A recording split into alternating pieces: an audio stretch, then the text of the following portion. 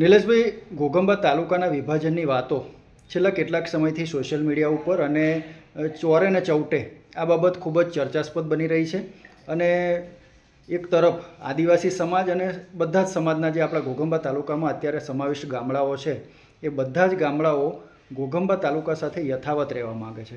ઘોઘંબા તાલુકા place છે અને અહીંયાના એક પ્રથમ નાગરિક તરીકે, સરપંચશ્રી તરીકે આપનું શું માનવું છે તાલુકા વિભાજન અંગે? એના વિશે ખાસ દર્શકોને જણાવશો. દિનેશભાઈ, આખા વિશ્વમાં જેના વખાણ થાય છે એ લોકશાહીનું આ મોટામાં મોટું ઉદાહરણ કહી શકાય કે જ્યાં કોઈને માગવાનો અધિકાર છે તો સામે કોઈને વિરોધ કરવાનો પણ અધિકાર છે. તમામને તમામ અધિકાર છે. કોઈને એવું લાગે છે કે ભાઈ આ વસ્તુની દરખાસ્ત કરવાથી કોઈનું સારું થાય એવું છે તો એ માગણી કરે છે. કોઈને એવું લાગે છે કે આનાથી નુકસાન થાય છે તો વિરોધ કરે છે. અત્યારે આખા ઘોઘંબા અને પંચમહાલ જિલ્લામાં જે ટોક ઓફ ધી ટાઉન જે મુદ્દો બની ગયો છે ઘોઘંબા તાલુકાના વિભાજનનો, એ અત્યારે હું એવું સમજું ત્યાં સુધી ફક્ત એક દરખાસ્તની પ્રક્રિયા પૂરતું છે. છતાં પણ જે તાલુકાના વિભાજનની વાત છે એ ભૌગોલિક રીતે અથવા તો વસ્તીની રીતે જોવા જઈએ તો મારા મતે હું મને નથી માનતો કે આના વિભાજનની કોઈ જરૂરિયાત છે. ઘોઘંબા જે ગામ છે, તાલુકા મથક છે, એ અત્યારે લગભગ તમામ ગામોના કેન્દ્રમાં છે અને જેના કારણે આજુબાજુના જેટલા પણ ગામોમાં વસતા લોકો છે એ એમના વહીવટી કામને લઈને, એમના બજારમાં ખરીદીના કામને લઈને કે અન્ય કામને લઈને બહુ આરામથી ઘોઘંબા પહોંચી શકે એ સ્થિતિમાં છે. ત્યારે વ્યવસ્થાને બદલવાથી કંઈ બદલાય એવું મને લાગતું નથી અને અત્યારે જે વ્યવસ્થા છે એનાથી તમામ લોકો, તમામ ગામના લોકો ખુશ છે. કાલોલના ધારાસભ્ય ફતેહસિંહ ચૌહાણ દ્વારા જે દરખાસ્ત મૂકવામાં આવી છે કે પોતાના ગામ ગુંદીને તાલુકા મથક બનાવવા માગે છે. રાજકીય ક્ષેત્રે બહોળો અનુભવ તમે ધરાવો છો, ત્યારે ગુંદી તાલુકા મથક માટે કેટલું યોગ્ય છે? યોગ્યતા માટે તો હું ના કહી શકું, પણ એક વસ્તુ આપનું ધ્યાન દોરું કે જ્યારે દેવગઢ બારિયા તાલુકો હતો અને દેવગઢ બારિયા તાલુકામાં આપણા વિસ્તારના લોકોને કોઈ કચેરીના કે કોઈ કામથી જવાનું થાય તો એક તો એ વખતે વાહન વ્યવહારની વ્યવસ્થા બહુ ઓછી હતી, રસ્તા ખરાબ હતા. એટલે સાંજે જો એક જ વાહન હતું અને જો સાંજનું વાહન ચૂકી જાય તો એને કાં તો ત્યાં રાતવાસો કરવો પડે અથવા તો એને ચાલીને આવવું પડે ઘોઘંબા. અને ભૂતકાળમાં આપણા જે વડવાઓ છે એ ચાલીને દેવગઢ બારિયાથી ઘોઘંબા આવેલા છે. મારું પોતાનું એવું માનવું છે કે તાલુકા મથક, જિલ્લા મથક એવી જગ્યા ઉપર હોય જે સ્ટેટ હાઈવે સાથે કનેક્ટેડ હોય, જ્યાં બહુ સરળતાથી વાહન વ્યવહાર ચાલતો હોય અને જેના કારણે વહીવટી પ્રક્રિયાની સાથે સાથે ટ્રાન્સપોર્ટેશન બધા લોકોને સરળતાથી મળી રહે. અને એ રીતે જોવા જઈએ તો ઘોઘંબા અત્યારે તાલુકા મથક જે છે એ આ બધા જ ક્રાઇટેરિયામાં સેટ થાય છે.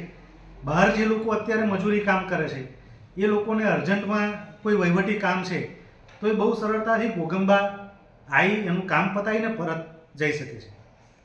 ઘોઘંબા તાલુકાને અલગ કરવાની જે આ વાતો ચાલી રહી છે એની વચ્ચે આદિવાસી સમાજ દ્વારા તો બહુ મોટી તૈયારીઓ થઈ રહી છે કે કોઈ પણ સંજોગોમાં ઘોઘંબાનું વિભાજન કરવા દેવામાં નહીં આવે અને અનુસૂચિત 5ની અંદર એનો સમાવેશ થાય છે. એટલે એને બાબતે તમારું શું કહેવું છે કે આનું વિભાજન થઈ શકે કે ના થઈ શકે? અનુસૂચિત 5 માટે આપણે ચર્ચા કરવા બેસીને દિનેશભાઈ તો મને લાગે છે એના માટે બહુ વધારે સમય જોઈએ.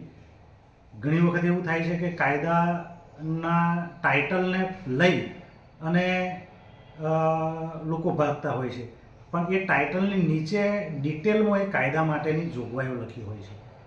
એટલે વિભાજન જો ના થઈ શકે એવી સ્થિતિ હોત તો 2000માં દેવગઢ બારિયામાંથી ઘોઘંબા તાલુકો અલગ ના થયો હોત, કારણ કે એ વખતે ઓલરેડી આ અનુસૂચિ ટ્રાઇબલ એરિયા ડિક્લેર થઈ ગયા હતા. દેવગઢ બારિયા એ ટ્રાઇબલ એરિયા હતો અને એમાંથી આપણો ઘોઘંબા તાલુકો 2000માં અલગ થયો. જે વિરોધ થઈ રહ્યો છે એ વિરોધ ટેકનિકલી ભૌગોલિક રીતે સાચો છે અને અત્યારનું જે સ્થિતિ છે સ્થિતિ પ્રમાણે ઘોઘંબા સાથે લગભગ તમામ ગામો જોડાયેલા રહેવા માગે છે.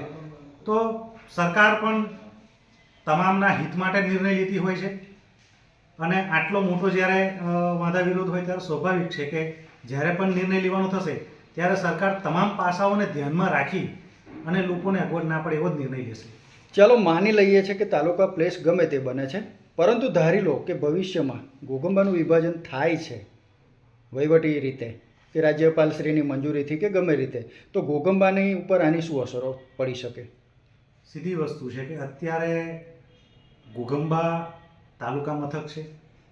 તાલુકા મથકમાં વિવિધ કચેરીઓ હોય એટલે એ કચેરીઓમાં ગામડાના લોકોને પોતાના કામ માટે આવવું પડતું હોય છે.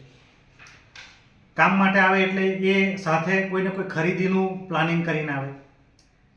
એ અહીંયાથી કોઈ વસ્તુની ખરીદી કરશે અથવા તો એને કોઈ વસ્તુ લેવી છે તો સામે કોઈ વસ્તુ એ વેચવા માટે અહીંયા ગાડી આવશે. તો આજુબાજુના ગામના લોકો જ્યારે ઘોગંબામાં આવવાના છે ત્યારે એ પોતાના કામની સાથે સાથે ઘોગંબામાં વેપાર કરતા લોકો માટે એક ઇકોનોમિક સાયકલ લઈને આવશે. જે કોઈ જગ્યાએથી કરિયાણું લેશે, કોઈ જગ્યાએથી પડીકી લેશે અથવા તો અન્ય કોઈ વસ્તુઓ લેશે, તો એ રીતના એક ધંધા રોજગારનું એક ચક્ર ચાલુ રહેશે.